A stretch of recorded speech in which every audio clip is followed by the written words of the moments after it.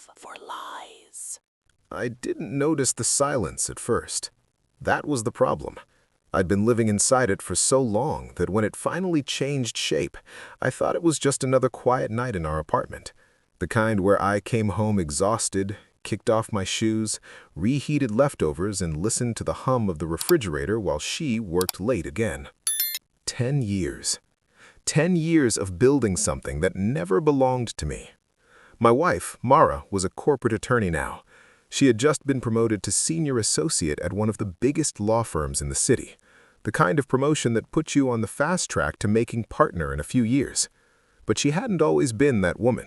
When I met her, she was brilliant and angry at the world in equal measure. Angry that she grew up poor. Angry that her parents never finished school. Angry that no one expected much from her. I admired that fire. I thought loving someone like that meant standing behind them and supporting while they climbed. So I did. I worked nights as a systems analyst, took freelance contracts on weekends, learned to live on 4 hours of sleep because her law school tuition didn't care how tired I was.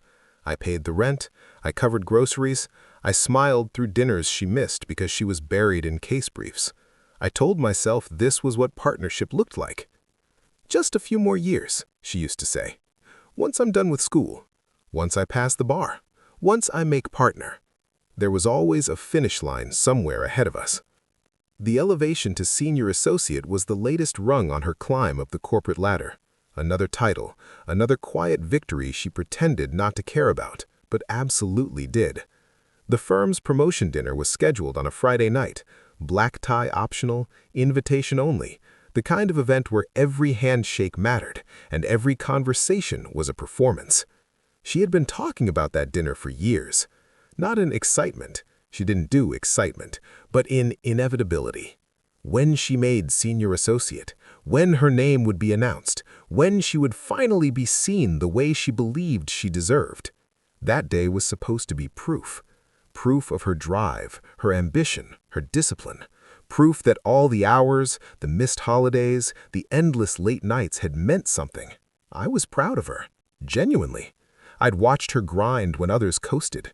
I'd carried more than my share so she could climb faster. I was looking forward to that dinner. I imagined sitting at a round table with white linen, watching her laugh with colleagues, maybe introducing me as her husband with a trace of pride in her voice. I even planned what I'd say if someone asked what I did. Kept it simple, kept it supportive. This was her night. Then 3 days before the dinner, she mentioned it casually while scrolling on her phone. "Oh," she said, not looking up, "you don't have to come on Friday." I waited for the rest of the sentence. It didn't come. "What do you mean?" I asked. She shrugged. "It's mostly firm people. A lot of work talk. It'll be boring for you." There it was. Not an outright exclusion, she was smarter than that. Just enough distance to make it sound reasonable, considerate even. I forced a small laugh. Since when have I minded being bored? She finally looked up, her expression already prepared. "It's just not really your scene." I studied her face, searching for something. Hesitation? Guilt? Anything. "Your scene?" I repeated. "You mean the firm?" "Yes," she said, quickly. Too quickly. "It's very insular. Everyone knows everyone. It's not exactly welcoming." "For spouses?" I asked. "For outsiders," she corrected. The word landed heavier than she intended. "I'm your husband, not a +1 you picked up at the bar." She sighed, the way she did when she felt misunderstood. "Why are you making this a thing?" "I'm not," I said. "I just thought I'd be there." "Well, you don't have to be there for everything." The room went quiet. I nodded slowly. "That's interesting." Her brows knit together. "What's that supposed to mean?" "It means," I said carefully, "for 10 years I've been there for everything. Exams, deadlines, breakdowns, emergency rewrites at 2 in the morning. But the moment you're being celebrated, suddenly I'm optional." "That's not fair," she said. I looked at her. "Then explain it in a way that is." She stood and crossed her arms, defensive posture, familiar territory. "This is important to me. I don't want to be distracted." "By me?" I asked. By explaining things, she said, her tone sharpening. By small talk, by people asking how we met. I need to focus. I laughed quietly. So I'd slow you down? That's not what I said. It's exactly what you said. She shook her head, frustration flashing across her face. You're being insecure. I felt something tighten in my chest. Insecure, I repeated. About what? She hesitated, just a fraction too long. About my career, she said finally. No, I replied. I'm insecure about my place in your life. Her lips pressed together. You're overthinking this. Then why don't you want me there? She looked away. That was answer enough. You know, I continued, I was actually proud. I wanted to see you walk into that room knowing someone had your back. I don't need backup, she snapped. The edge in her voice surprised even her. I nodded again, slower this time. Right, of course you don't. She softened slightly. I just want this night to be clean. Clean? I echoed. Uncomplicated, she corrected. I held her gaze. Since when did I complicate your life? She didn't answer. That silence stretched longer than it should have. I'll survive one dinner without you, she said finally, reaching for her phone again. It's not a rejection. I stood up. It feels like one, I said quietly. You're reading too much into this, she rolled her eyes. Maybe, or maybe you're already separating your worlds. Her head snapped up. That's ridiculous. Is it? Because it feels like you're slowly erasing me from the parts of your life that matter to you. We'll talk about this later, she said. But we didn't. The next few days were revealing. I took a few days off from work, an investment in trying to fix whatever had started to feel off between us. I didn't know how to name the problem yet, only that something in our marriage had gone quiet in a way that felt unnatural, not peaceful, avoidant. Mara and I moved around each other carefully, like furniture in a room that had been rearranged without warning. How was your day? I'd ask. Fine, she'd say, already halfway to her laptop. I tried again at dinner. You've been distant lately. She didn't look up. I've just been busy. Busy had become her universal answer. Busy meant don't push. Busy meant this conversation ends here. Every attempt I made to reconnect, suggesting lunch together, a walk, even sitting beside her on the couch, was met with polite resistance. Not anger, not rejection, just deflection. As if intimacy had become an inconvenience she didn't have time to schedule. By Tuesday afternoon, I decided to step out and grab groceries. Something ordinary, something normal. Mara was at work. I was going to prepare a special dinner for her that evening. I spent several hours going from store to store trying to get the best ingredients for dinner when I ended up downtown not too far from Mara's office. I was leaving the produce store across the street from a row of cafes and casual restaurants. As I headed towards my car, I noticed a couple exiting one of them, laughing softly, mid-conversation. It took a second for recognition to settle in. Mara and her boss. They didn't see me first. They were too engaged with each other, standing closer than necessary, bodies angled inward, conversations still going on long after they'd stepped onto the sidewalk. I stayed where I was. There was nothing overt, no touching, no obvious line crossed, but there was an ease between them that made me uncomfortable. Familiarity that didn't feel rehearsed or professional. The kind that usually takes time, or secrecy. She tilted her head while listening to him. He smiled in a way that lingered. Not inappropriate, just personal. Maybe I'm imagining it, I told myself. Still, I watched. When I finally crossed the street and approached them, Mara noticed me first. Her smile faltered just slightly before she recovered. Oh, hey. Hey. Not what are you doing here? Not this is unexpected. Just hey.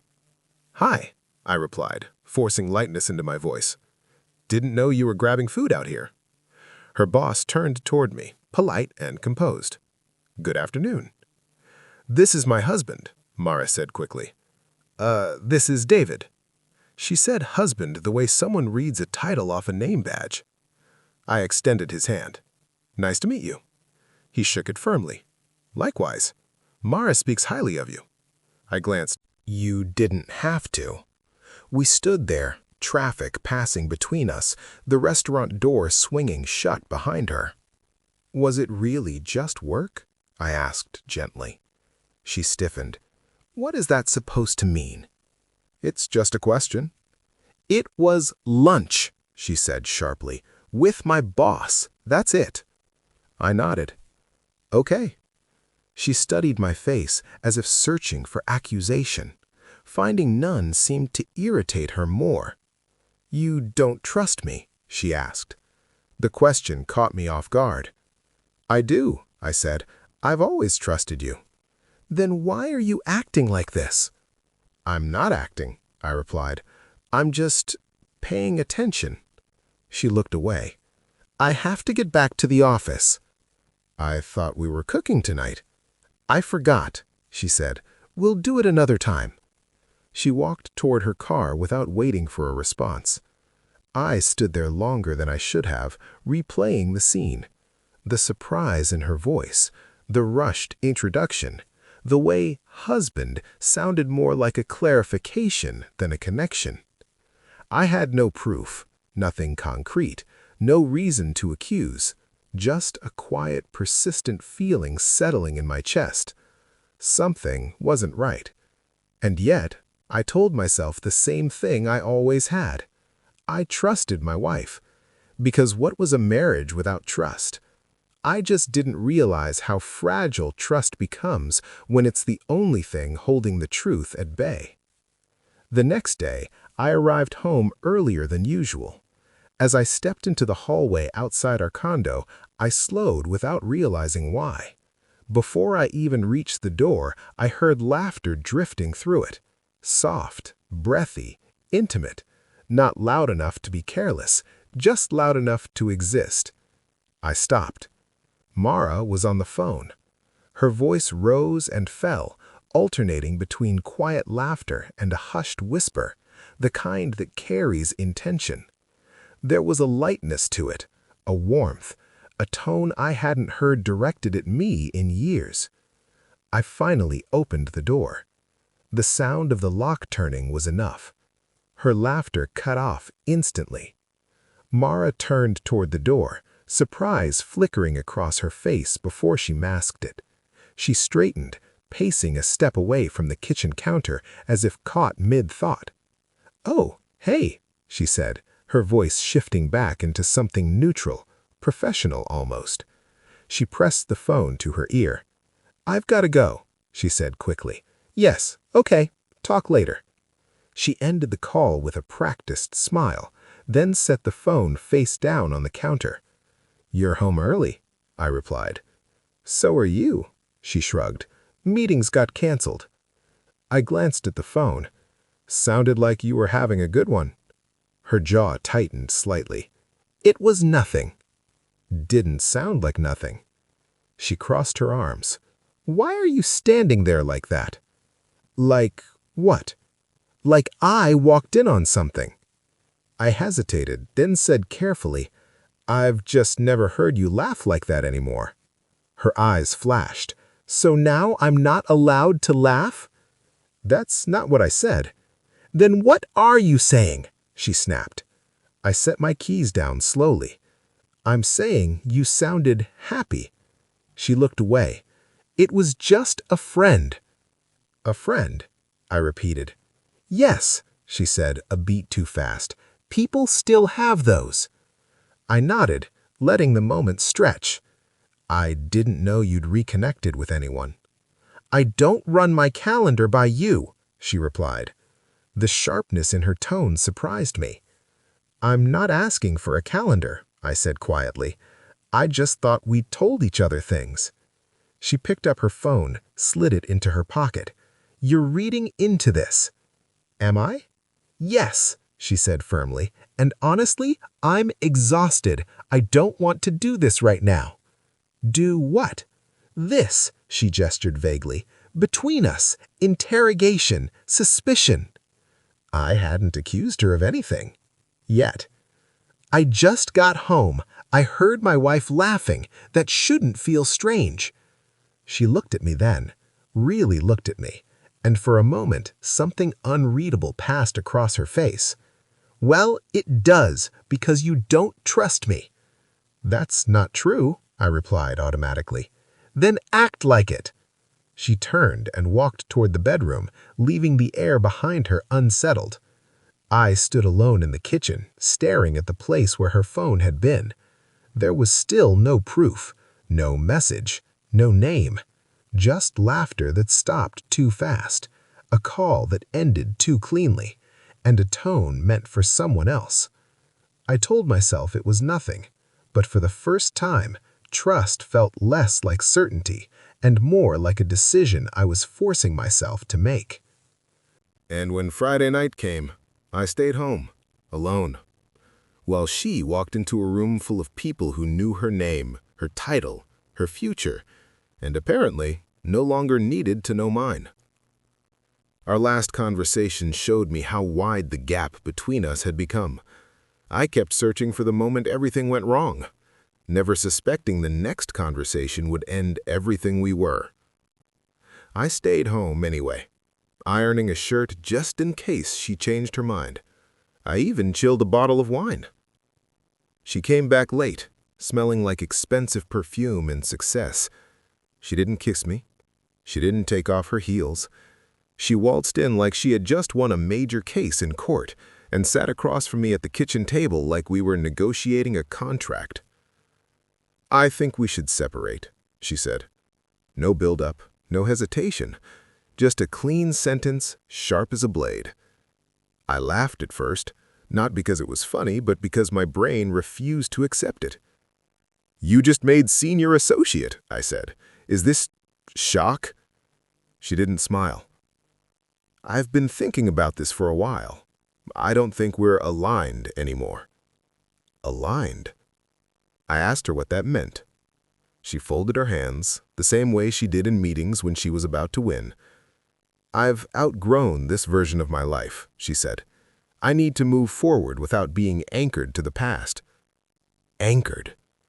That was the word. I asked her where I fit into this. 10 years, a decade of marriage, a decade of sacrifice. She looked at me, not cruelly, not kindly, just honestly. "I were essential once," she said, "but I don't need you anymore." The sentence didn't echo. It collapsed. She slid a folder across the table, a separation agreement, already drafted, already signed on her end. "I'm not trying to hurt you," she added. "I just don't want to pretend anymore." Pretend. I opened the folder. She wanted the condo, claimed most of the furniture, left me my personal items and half the money in our joint accounts. Maybe she expected me to beg, to argue, to remind her of everything I'd given up. Instead, I felt empty. I signed, right there at the same table where I'd once helped her study for constitutional law.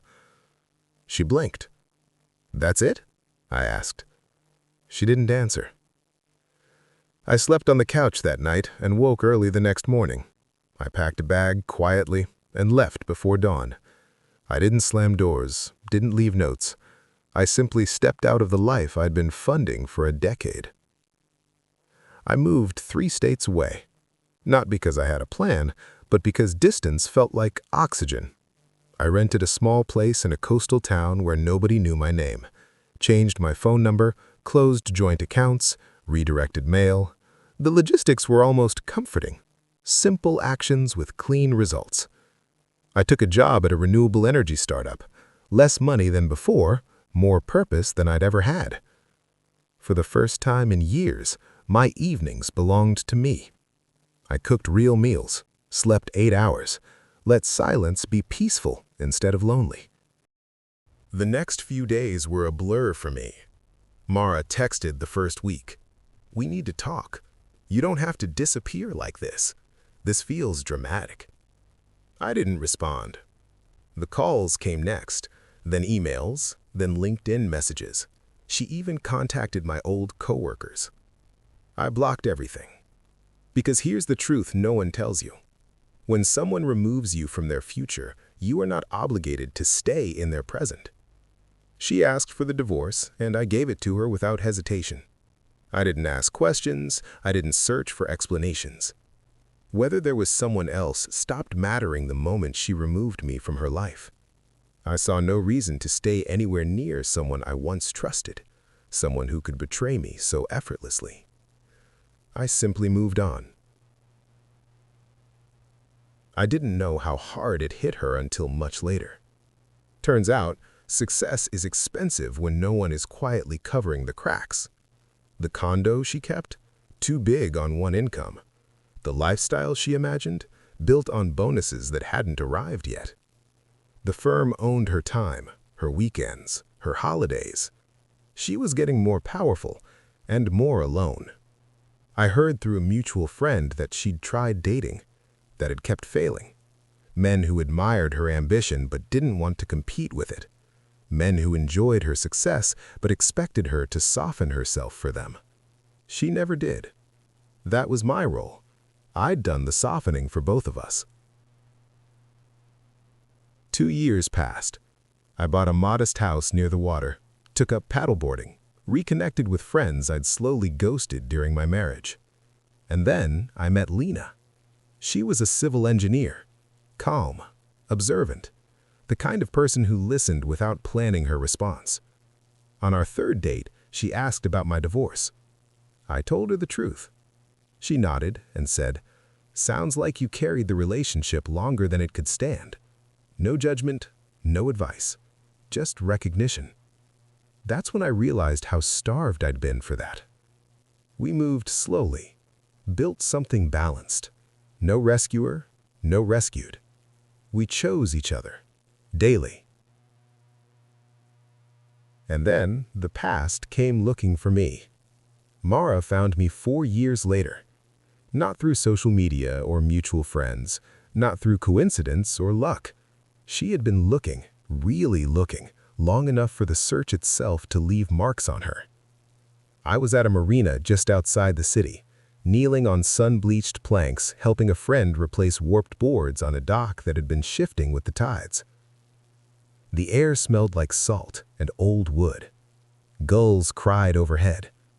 It was the kind of ordinary afternoon that once would have felt like wasted time to her. Then I heard my name, spoken carefully, like she was afraid it might disappear if she said it too loudly. I turned slowly. Mara stood a few feet away, clutching the strap of her bag as if it were anchoring her. She looked polished at first glance, tailored coat, neat hair, that familiar sharpness that used to command rooms. But there was something else beneath it now. Fatigue. Not physical exhaustion, but the kind that settles in when ambition stops numbing disappointment. Time had not been unkind to her. It had just been honest. "I've been looking for you," she said. There was no accusation in her voice, no entitlement, just weariness. I wiped my hands on a rag and stood. I didn't hug her, didn't retreat either. I simply faced her, aware of how much distance 4 years could create. "Why?" I asked. She swallowed.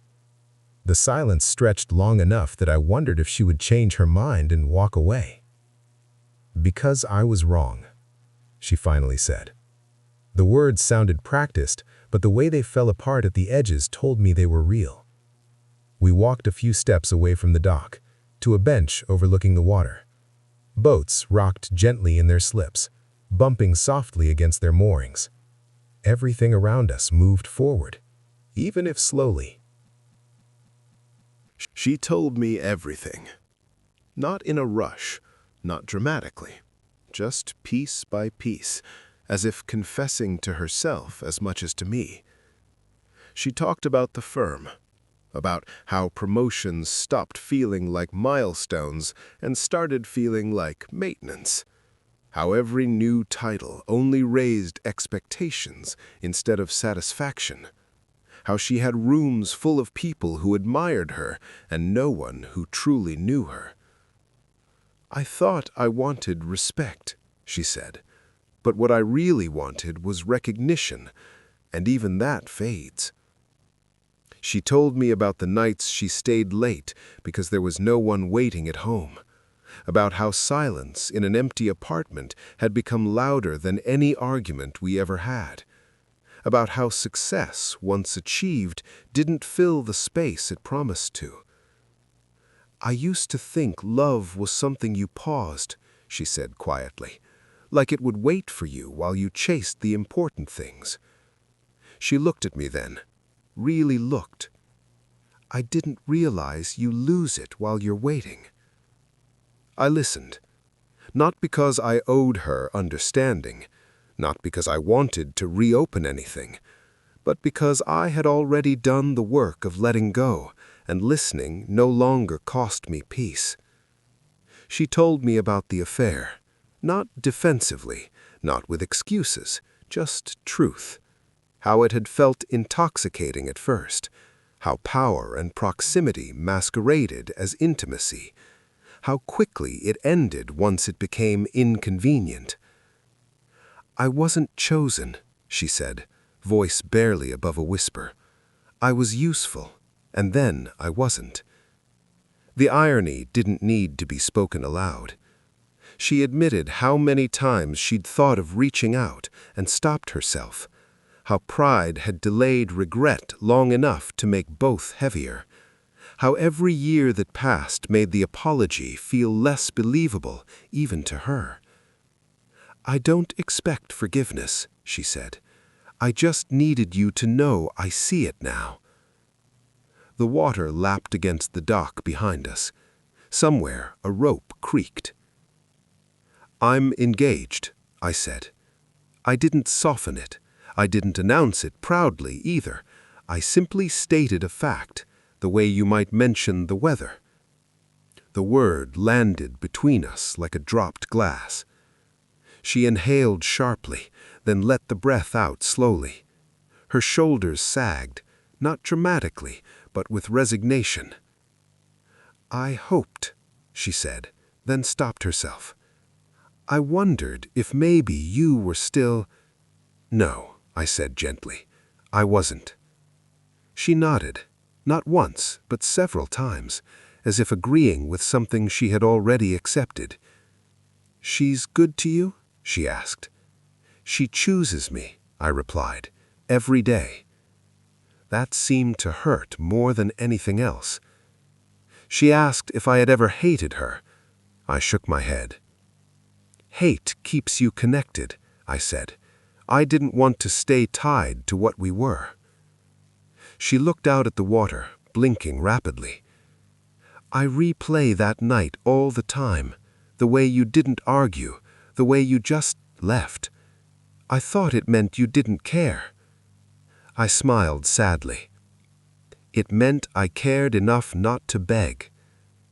That was when she cried. Not loudly, not dramatically, just tears slipping down her face as she stared at the place where the dock met the water, like someone grieving something that no longer existed, not because it was taken, but because they let it go. I built everything I wanted and somehow ended up alone. I didn't respond. Some realizations don't need answers. After a while, she stood. "I won't contact you again," she said. "I just needed to see you once, to know you were real, that the life I walked away from didn't disappear with you." I nodded. "It didn't disappear," I said. "It just became mine." She managed a small smile. "I'm glad," she said, and for the first time, I believed her. She walked away along the dock, heels clicking softly against the wood, growing smaller with each step. I stayed where I was, watching the boats drift, feeling the weight of what had been lost, and the quiet relief of knowing it no longer belonged to me. Some regrets arrive too late to fix anything, but they arrive right on time to teach you what mattered all along. Please like and subscribe to keep more content coming your way.